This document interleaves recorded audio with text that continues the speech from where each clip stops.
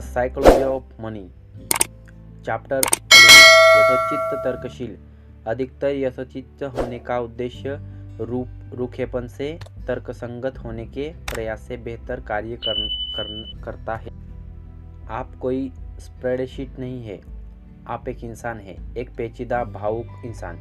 यह समझने में मुझे जरा समय लगा, लेकिन जब समझ में आया मैं जान गया कि वित्त का सबसे महत्वपूर्ण भाग है, और इसके साथ एक और चीज़ जो बहुत महत्वपूर्ण है लेकिन अनदेखी रह जाती है। वित्तीय निर्णय लेते समय रूखेपन से तर्कशील होने का उद्देश्य न रखें, सिर्फ पर्याप्त रूप से यथोचित होने का प्रयत्न करें। यथोचित अधिक वास्तविक है और इसका एक दीर्घकाल तक अनुसरण कर सकते हैं, जो संपत्ति प्रबंधन में सबसे महत्वपूर्ण है। यह समझने के लिए कि मैं क्या कहना चाह रहा हूँ, मैं आपको एक ऐसे व्यक्ति की कहानी सुनाता हूँ जिसे मलेरिया का इलाज सिफिलिस ने करने की कोशिश की। जूलियस वेगर जोरेस्ग 19वीं सदी के एक मनोवैज्ञानिक थे जिनके पास दो अद्वितीय कौशल्य थे। वे पैटर्न को पहचानने में हम बहुत अच्छे थे और जिसे दूसरे मूर्खतापूर्ण समझते थे वे उसे निर्भीक कहते थे। उनकी विशेषता विकट न्यूरोफिलिस के मरीज थे, जो उस समय एक जानलेवा रोग हुआ करता था जिसका कोई भी ज्ञात इलाज नहीं था। उन्होंने एक पैटर्न देखना शुरू किया। सिफिलिस के वे मरीज जिन्हें किसी अन्य असंबद्ध बीमारी के कारण लंबे समय तक ज्वर भी आता था, वे ठीक हो जाते थे। वेगर जोरेग ने अनुमान लगाया यह एक ऐसी अंतर्ज्ञात के कारण हो जो सदियों से हमारे आसपास हो रही है, लेकिन जिसे डॉक्टर भलीभांति समझ नहीं पाए। ज्वर शारीरिक संक्रमण से लड़ने के अहम भूमिका निभाता है, इसलिए वे इस तार्किक निष्कर्ष पर पहुंचे। 90 के दशक की शुरुआत में वेगर जोरेग ने मरीजों को टाइफाइड, मलेरिया और चेचक के कम प्रबंधन वाले इंजेक्शन देना शुरू कर दिया, जिससे उन्हें जितना तेज ज्वर आ सके जो उनके सिफिलिस को खत्म कर दे। यह उतना ही खतरनाक था जितना सुनाई पड़ता है। इस इलाज के उनके कुछ मरीजों की मृत्यु हो गई। अंततः वे मलेरिया के एक क्षीण के रूप में इंजेक्शन का प्रयोग करने लगे, क्योंकि कुछ दिन के भयंकर ज्वर के बाद उन्हें किन्नीन से ठीक किया जा सकता था। कुछ दुखद प्रयत्न त्रुटि विधि के बाद उनका परीक्षण काम करने लगा। वेगर जोरेग ने सूचित किया कि 10 में से 6 सिफिलिस मरीज मलेरिया थेरेपी से ठीक हो गए, 10 में से 3 मरीज की तुलना में जिन्हें इलाज नहीं मिला था। उन्होंने 1927 में औषधि में नोबेल पुरस्कार जीता।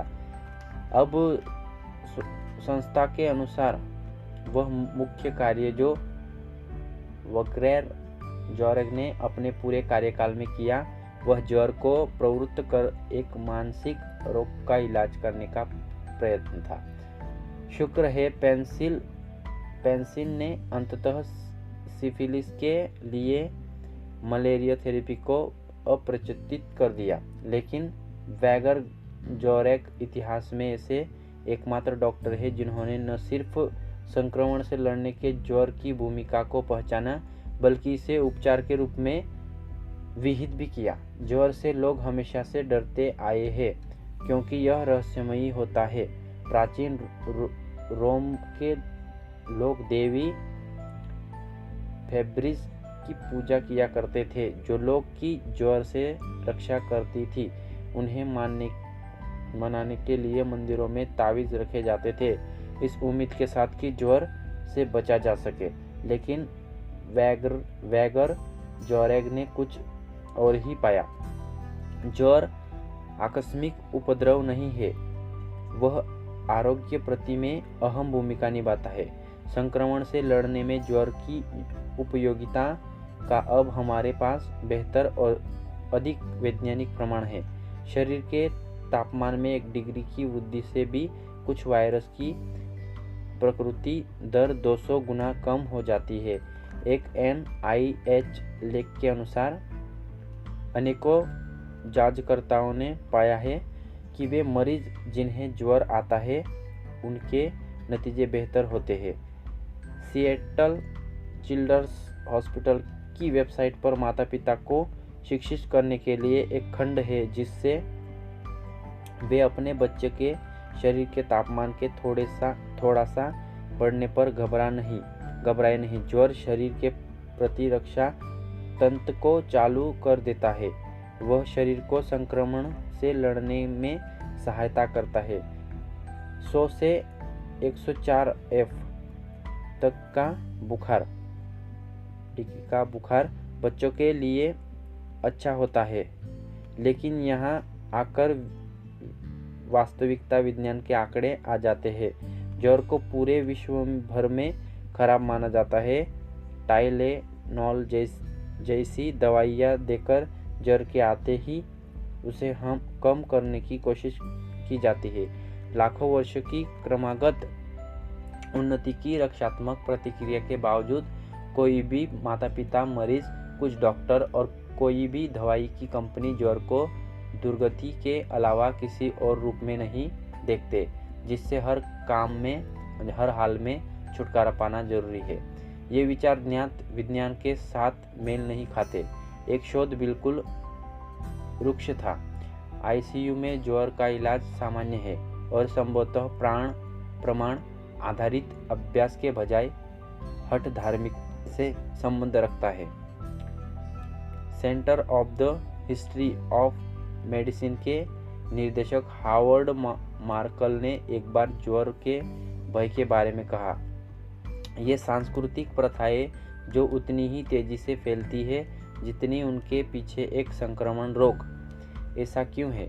अगर ज्वर लाभदायक होता है, हम सार्वभौमिक रूप से उससे लड़ते क्यों हैं? मुझे नहीं लगता कि यह समझना जटिल है। ज्वर कष्टदायक होता है और लोग कष्ट नहीं झेलना चाहते, बस इतना ही। डॉक्टर का उद्देश्य सिर्फ बीमारी का इलाज करना नहीं होता, बल्कि मरीज के लिए जो यथोचित और सहनीय है उसकी सीमाओं के अनुसार बीमारी का इलाज करना होता है। संक्रमण का मुकाबला करने में ज्वर से थोड़ा लाभ मिल सकता है, लेकिन काफ़ी तकलीफ भी पहुंचाता है। और मैं डॉक्टर के पास इसलिए जाता हूं कि यह तकलीफ कम हो।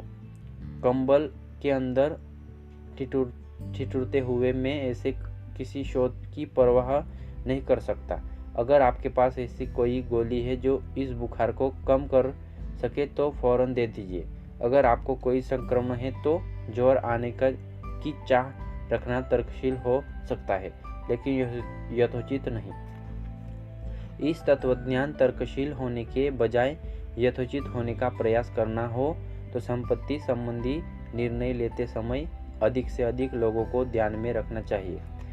शैक्षणिक वित्त गणितीय रूप से इष्टतम निवेश कार्यनीतियों को ढूंढने के लिए समर्पित है। मेरा अपना मत यह है कि वास्तविक संसार में लोगों को गणितीय रूप से इष्टतम कार्यनीति की आवश्यकता नहीं होती। उन्हें वह कार्यनीति चाहिए होती है जो उन्हें रात में चैन की नींद सोने दे। हैरी मैकोविट्स ने जोखिम और प्रतिफल के बीच का गणितीय लेन देन खोजने के लिए नोबेल पुरस्कार जीता। उनसे एक बार पूछा गया कि वे अपना खुद का पैसा कैसे निवेश करते हैं। उन्होंने 1950 में अपने पोर्टफोलियो के आवंटन का ऐसे वर्णन किया जब उनके मॉडल पहली बार विकसित हुए थे। मैंने अपनी व्यथा की कल्पना की, अगर स्टॉक मार्केट ऊपर जाए और मैं उसमें न रहूं, या फिर अगर वह बहुत नीचे चला जाए और मैं पूरी तरह उसमें रहूं।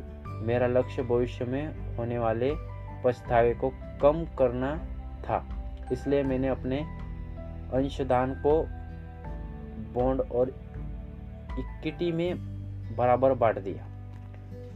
मैकोविट्स ने फलतः मिश्रण के विविधता उत्पन्न करने अपनी निवेश कार्यनीति बदल दी, लेकिन यहाँ पर दो बातें महत्वपूर्ण हैं। पहली यह कि भविष्य में होने वाली पछतावे को कम करने को कागज पर तर्कसंगत ठहराना कठिन है, लेकिन वास्तविक जीवन में उचित ठहराना आसान है। एक तर्कशील निवेशक संख्यात्मक तत्वों के आधार पर निर्णय लेता है। एक उचित निवेशक उन निर्णयों को कॉन्फ्रेंस कक्ष में उन सहकर्मियों से घिरे हुए लेता है जिनकी वह प्रशंसा जितना चाहता है, उन जीवन साथी के साथ जिसे वह निराशा नहीं करना चाहता, या फिर अपने किसी रिश्तेदार, पड़ोसी या अपने खुद के संदेहों के रूप में मिलने वाले प्रतिद्वंदियों की आलोचना के विरुद्ध। निवेश का एक सामाजिक पहलू भी होता है, सिर्फ वित्तीय लेंस के द्वारा देखने पर अनदेखा रह जाना। दूसरी बात यह है कि यह ठीक है। जेसन ज्विग, जिन्होंने यह साक्षात्कार किया जिसमें मार्कोविट्स ने अपने निवेश का वर्णन किया था, बाद में विचार करते हुए बोले, मेरा अपना मत यह है कि लोगों ने तर्कशील होते हैं और नहीं तर्कहीन। हम मनुष्य हैं, जितनी ज़रूरत हो हम उससे अधिक जोर डालकर सोचना नहीं चाहते और हमारे ध्यान पर निरंतर मांगे रहती है। इस नज़रिए से देखा जाए तो इसमें आश्चर्य की कोई बात नहीं कि आधुनिक पोर्टफोलियो सिद्धांत के अन्वेषण के अपना खुद का शुरुआती पोर्टफोलियो अपने अनुसंधान पर बिना अधिक ध्यान दिए बनाया। इसमें भी कोई आश्चर्य नहीं है कि बाद में उन्होंने इसे ठीक कर दिया। मार्कोविट्ज ने तो तर्कशील है और न ही तर्कहीन, वे उचित है। वित्त में जो बात अक्सर अनदेखी रह जाती है वह यह है कि तकनीकी रूप से सही होकर भी कुछ संदर्भ रूप से निरर्थक हो जाता है। 2008 में येल के दो अनुसंधानकर्ताओं ने एक शोध प्रकाशित किया जिसके अनुसार युवा बचतकर्ताओं को स्टॉक खरीदते समय अपने सेवानिवृत्ति खाते को 2 से 1 के मार्जिन से बढ़ाना चाहिए। अपनी संपत्ति के हर $1 के लिए $2 का ऋण। यह दर्शाता है कि उम्र बढ़ने के साथ साथ निवेशकों का यह लीवरेज कम होता जाता है, जिसके कारण एक युवा बचतकर्ता अधिक जोखिम उठा सकता है और मार्केट की भीषण उथल-पुथल को झेल सकता है, और उम्र बढ़ने पर यह कम हो जाता है। अगर इस लाभ का इस्तेमाल करके आप भी युवावस्था में पूरी तरह से बर्बाद हो जाए, यदि आप 2 से 1 मार्जिन लेकर चल रहे हैं तो मार्केट में 50% गिरावट आपके पास कुछ नहीं छोड़ेगी। शोधकर्ताओं ने दर्शाया कि फिर भी दीर्घकाल में बचतकर्ता अच्छा प्रदर्शन कर सकते हैं अगर वे बर्बाद होने के अगले ही दिन वापस उठ खड़े हो, योजना का अनुसरण करें और अपने 2 से 1 खाते में बचत करते रहे। यह गणित कागज पर काम करता है, यह एक तर्कशील कार्यनीति है, लेकिन यह लगभग बेतुके रूप से अनुचित है। कोई भी सामान्य व्यक्ति अपने सेवानिवृत्ति खाते में पूरे 100% को हवा में जाते देख इतना अप्रभावित नहीं रह सकता कि अडिग रूप से कार्यनीति का पालन करता रहे। वे शायद हार मान लेंगे या दूसरा विकल्प ढूंढेंगे और शायद अपने वित्तीय सलाहकार के विरुद्ध कार्रवाई करेंगे। अनुसंधानकर्ताओं ने तर्क दिया कि उनकी कार्यनीति का प्रयोग करते समय अपेक्षित सेवानिवृत्ति संपत्ति जीवनकाल निधि की तुलना में 90% अधिक होगी। यह 100% कम उचित भी है। असल में अनुचित दिखने वाले निर्णय को समर्थन करने का एक तर्कशील कारण है। यह रहा एक। मान लेते हैं कि आपको अपने निवेश से काफ़ी लगाव है। यह कोई रूढ़िवादी सलाह नहीं है। यह कहना निवेशकों के लिए सम्मान के तमे जैसा है कि वे अपने निवेश को लेकर भावनाहीन है, क्योंकि यह तर्कसंगत प्रतीत होता है। लेकिन अगर अपनी कार्यनीति और स्टॉक को लेकर भावनाओं की कमी इस भावना को बढ़ाती है कि जब वे कठिन प्रतीत होंगे आप उनसे दूर हट जाएंगे। जो तर्कशील सोच जैसा दिख रहा है वह वेतनदारी बन जाएगा। उचित निवेशक जो अपनी तकनीकी रूप से त्रुटिपूर्ण कार्यनीति से लगाव रखते हैं, उनके पास यह लाभ होता है कि उनकी अपनी कार्यनीतियों के साथ टिके रहने की संभावना अधिक होती है। कुछ ऐसे वित्तीय परिवर्ती कारक भी है जो शुरुआती वर्षों में किसी कार्यनीति से प्रतिबद्धता की तुलना में कार्य निष्पादन से अधिक सहसंबंध होते हैं। दोनों कार्य निष्पादन की मात्रा और समय के अंतराल में उसे वश में करने की संभावना ऐतिहासिक रूप से यूएस मार्केट में पैसा बनाने की संभावना एक दिन के अंतराल में 50-50, एक वर्ष के अंतराल में 68%, 10 वर्ष के अंतराल में 88% और जब तक 20 वर्षों के अंतराल में 100% है। कुछ भी जो आपको इस खेल में बनाए रखे वह महत्वपूर्ण रूप से लाभदायक है। अगर आप वह करिए जो आपको पसंद हो को एक खुशहाल जीवन की कुंजी के रूप में देखते हैं, तो यह एक खाली फॉर्चून कुकी की सलाह जैसा लगेगा। अगर आप ऐसी चीज के तौर पर देखते हैं जो सफलता को आपकी ओर मोड़ने की संभावना के लिए आवश्यक स्थिरता प्रदान करे, आप देख पाते हैं कि यह आपकी वित्तीय कार्यनीति का सबसे महत्वपूर्ण भाग होना चाहिए। अगर आप एक ऐसी होनहार कंपनी में निवेश करते हैं जिसकी कोई परवाह नहीं, जब सब अच्छा जा रहा हो तो आप लाभ उठा सकते हैं, लेकिन अगर अपरिहार्य रूप से पासा पलट जाए तो आप अचानक ऐसी कंपनी के कारण घाटा झेल रहे होंगे जिनमें आपको कोई दिलचस्पी नहीं। यह एक दोहरा बोझ है और सबसे कम प्रतिरोध का रास्ता है कि कुछ और चुनाया जाए। अगर आप इस कंपनी को लेकर शुरू से ही उत्साहपूर्ण हैं, आपको उनका मिशन, उत्पादन, टीम, विज्ञान या कुछ भी पसंद है, जब अपरिहार्य बुरा समय आएगा और आप पैसा गंवा रहे होंगे या कंपनी को सहायता की आवश्यकता होगी, कम से कम इस बात से काम चल जाएगा कि आप किसी अर्थपूर्ण उद्योग का भाग होने जैसा अनुभव करेंगे। यह ऐसा आवश्यक अभिप्रेरक हो सकता है जो आपको हार मानकर दूसरी ओर मुड़ने से रोकेगा।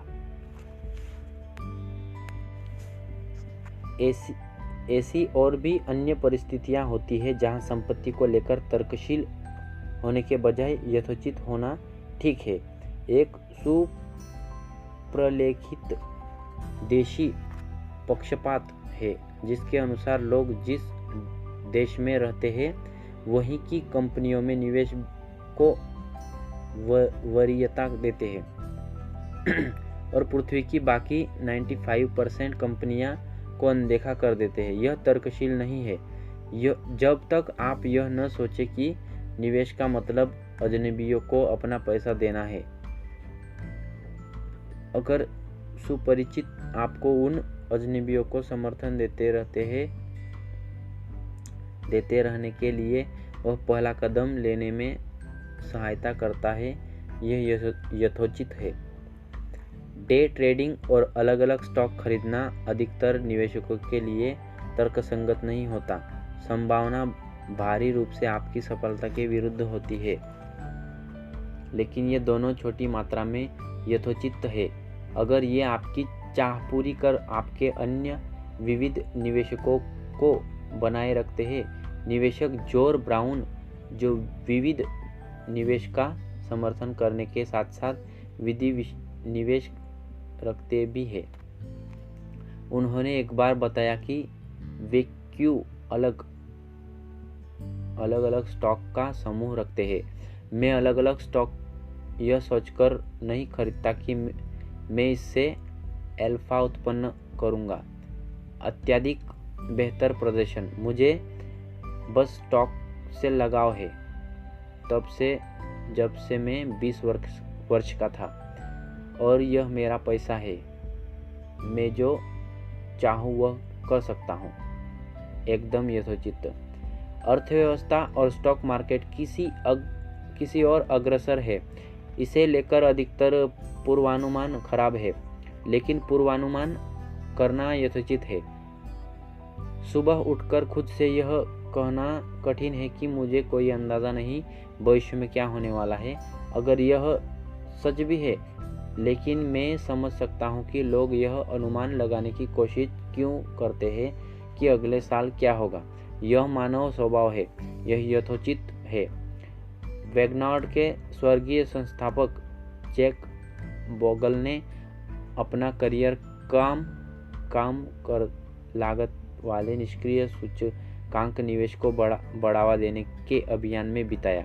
बहुत से लोगों को यह बात दिलचस्प लगी कि उनके बेटे ने अपना करियर सक्रिय उच्च शुल्क हेड फंड और म्यूचुअल फंड प्रबंधन के रूप में चुना। बोगल, जिनके अनुसार उच्च फंड शुल्क फंड अंकगणित के सादे नियमों का उल्लंघन करते हैं, ने अपनी कुछ संपत्ति अपने बेटे के फंड में निवेश की। इसका क्या स्पष्टीकरण हो सकता है? कुछ चीजें हम पारिवारिक कारणों से करते हैं। बोगल ने द वॉल स्ट्रीट जर्नल को बताया, अगर यह समनुरूप नहीं है तो जीवन भी तो हमेशा समनुरूप नहीं होता। वाकई शायद यही कभी होता है।